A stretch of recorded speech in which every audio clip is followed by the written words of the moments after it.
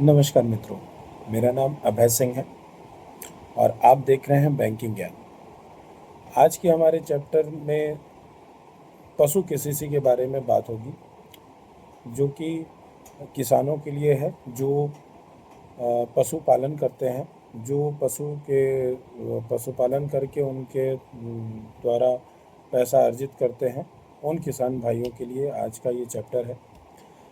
तो पशु केसीसी पशु केसीसी में क्या होता है कि किसानों के पास अपने खुद के गाय भैंस होनी चाहिए। ठीक है, कम से कम 2 गाय या भैंस होनी चाहिए। ठीक है, तो 2 गाय भैंस। पहले क्या होता था, 2000 सन 2000 में, उससे पहले का जो भी है, उसमें एक पशु होता था तब भी उन लोग को पशु केसीसी मिल जाता था। लेकिन अब 2 पशु होने अनिवार्य हैं किसानों के पास। उनकी खुद की ज़मीन होनी चाहिए, खुद के पशु होने चाहिए। ठीक है, उनको ये लोन मिल सकता है। ठीक, तो करना क्या है इसमें? सबसे पहले किसान भाइयों को जो पशुपालन करते हैं, चाहे उनकी गाय हो या भैंस हो, उसको सबसे पहले जो नज़दीकी हमारे पशु चिकित्सालय हैं उनके पास जाके डॉक्टर से मिलके पशु के जो भी है, मतलब नर है मादा है, ठीक है, और कौन सी ब्रीड का है, यानी कौन सा उसका वो है, नस्ल है। ठीक है, यह उस डॉक्टर से लिखवाएंगे, डॉक्टर से पूरी जांच करवाएंगे। ठीक, पशु मतलब छोटा है कि वो एक वयस्क हो चुका है, जिससे दुधारू पशु है वो। ठीक है, किस ब्रीड का है, ये सारा चीज़ वो पशु चिकित्सक आपको लिख के देगा।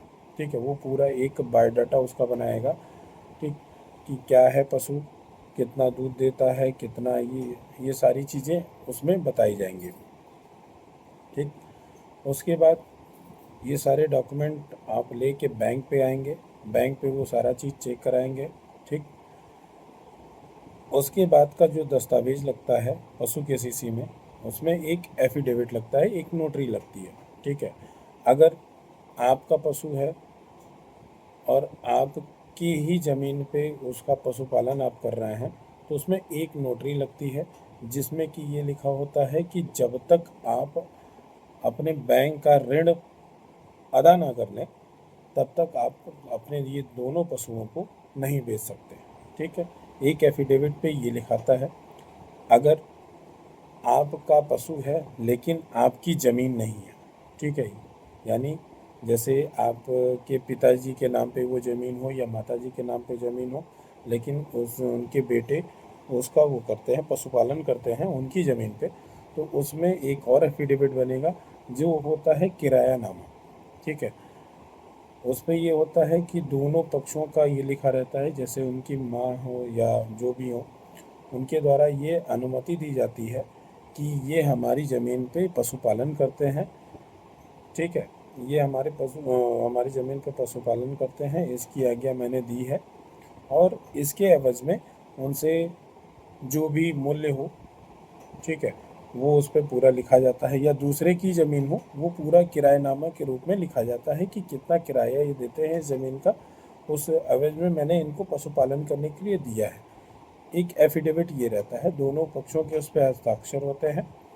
उसके साथ आप उस ज़मीन पे जिस ज़मीन पे आप पशुपालन कर रहे हैं, उसके साथ उसकी खतौनी होती है।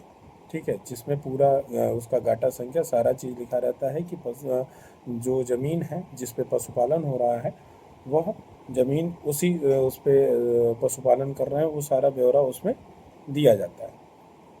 ठीक, ये सारे डॉक्यूमेंट आप बैंक पे लेके आएंगे।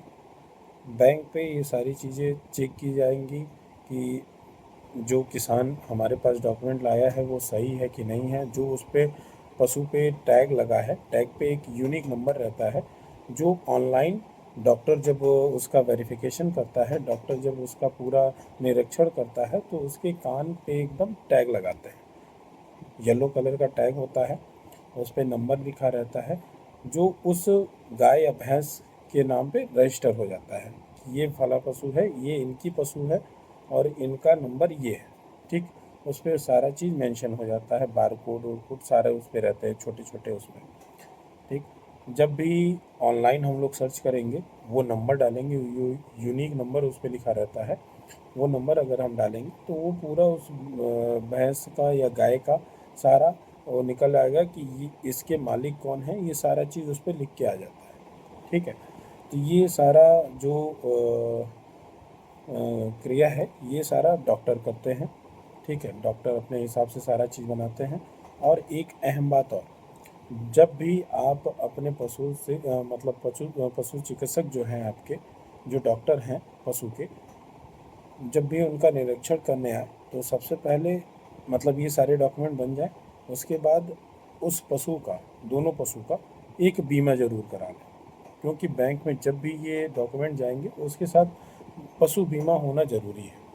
ठीक है, मान लीजिए भविष्य में आपको लोन मिल जाए और आपके पशु के साथ कुछ हो जाए साल भर में। ठीक है, कभी होता है कि बारिश की वजह से या ठंड लगने की वजह से पशु की मृत्यु हो जाती है, तो उसमें वो बीमा काम कर सकता है आपके लोन को बचाने में। जो भी अहम भूमिका है वो बीमा वो पूरी करता है। ठीक है, तो ये चीज़ अवश्य करवा लें डॉक्टर से। ये सारी चीज़ें जब हमारे पास मतलब हमारे बैंक में आ जाएंगी, उस बैंक में मतलब हम सारा चीज़ जो भी फील्ड अफसर होगा, जो भी मैनेजर होगा, वो पूरा डॉक्यूमेंट को देखेगा और उस पे पूरा चेक करेगा कि ये सही चीज़ है। कि कभी कभी कुछ किसान होते हैं जो फेक डॉक्यूमेंट लेते आते हैं, मतलब भैंस किसी की रहेगी, ज़मीन किसी का रहेगा, ऐसा लोन मिल जाता है। तो इस तरह बैंक वाले भी पूरे जांच करते हैं इस पे। इसलिए इसमें करीब 3-4 दिन, एक हफ्ते, कभी कभी जब हमको बैंक को ये लगता है कि ये बंदा फ्रॉड कर रहा है या जो भी कर रहा है, तो उस पे लगभग 2 हफ्ता भी लग जाता है पशु के सीसी पे। ठीक है, तो उसकी जांच एकदम की जाती है कि भाई पशु उसी का है कि नहीं है, ये सारी चीज़ें उसमें देखी जाती हैं। उसके बाद जब डॉक्यूमेंट वेरिफिकेशन हो जाता है हमारी तरफ से, बैंक की तरफ से, तो बैंक का कोई अधिकारी आपके जहाँ पे आप पशुपालन कर रहे हैं वहाँ जाके देखता है कि पशु को आप रख कैसे रहे हैं। ठीक है, वहाँ सफाई है कि नहीं है, क्योंकि अगर गंदगी रहेगी तो पशु को भी बीमारी हो सकती है। सारी चीज़ें वहाँ पे देखी जाती हैं कि जहाँ वो खाना खा रही हैं वो आप सही से रखे हैं, जैसे नादा कहते हैं। ठीक है, तो वहाँ पे आप सही से उसका भरण पोषण कर पा रहे हैं कि नहीं है, कि पशु को खुले में रखते हैं आप, ये सारी चीज़ें बैंक अधिकारी जाके वहाँ पे देखता है। टैग की फ़ोटो खींचता है, आपके साथ फ़ोटो खींचेगा, पशु के साथ फ़ोटो खींच के वो उस फ़ोटो को वहाँ पे उस डॉक्यूमेंट पे लगा के वो पूरा वेरिफिकेशन उस फाइल को तैयार किया जाता है बैंक में। ठीक है, वो सारी प्रोसेस होने के बाद आपका लोन होने में जब ये सारी प्रक्रियाएं हो जाती हैं, जब ऑफिसर आपके घर पे जाके सारा चीज़ देख लेता है, तो उसके बाद उस प्रक्रिया में करीबन 2 दिन का समय लगता है, आपका लोन हो जाता है। ठीक, इसमें दो पशुओं पे, एक पशु पे 75,000 और दूसरे पशु पे 75,000। ठीक है, टोटल आपको 1.5 लाख तक का इसमें लोन मिलता है। ठीक, इसमें सारे डॉक्यूमेंट मैंने बता दिए आपको क्या क्या चाहिए, सारा चीज़ उसमें लगा के आप कर सकते हैं। और इस 1.5 लाख का जो ब्याज लगता है, जो हमारा केसीसी का ब्याज है, सेम वही इस पे भी लगता है। ठीक है, 7% के ब्याज पे ये लोन मिलता है आपको, जिसमें आप इसमें अगर महीने महीने जमा कर दें, क्योंकि अब क्या हो गया है एनिमल हस्बेंड्री में कि हर 2 महीने में आपको उसकी किस्तें भरनी है, नहीं तो तीसरे महीने में वो चीज़ आपका एनपीए हो जाता है खाता, मतलब वो ब्याज आपको 3 महीने के अंदर भरना ही भरना है। ठीक है, ये सारी चीज़ें, ये अभी लेटेस्ट अपडेट है, पहले तो नहीं होता था, लेकिन अब हर 2 महीने पे उस पर रिन्यूअल होता है, हर महीने पे उसका ब्याज जो है वो आपको भरना रहेगा। ठीक, इस पे ब्याज वही है 7%।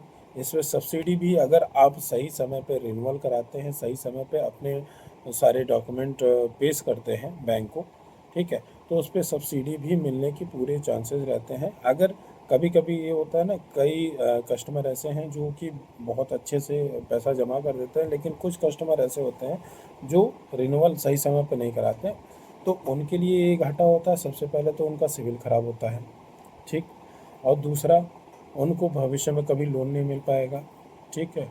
और जो सब्सिडी है जो मेन किसान के लिए होता है, वो सब्सिडी इनको नहीं मिल पाएगी, ठीक। तो सही समय पे आप रिन्यूअल कराएंगे तो उस सारी चीज़ों की आपको भरपाई मिल जाएगी, ठीक।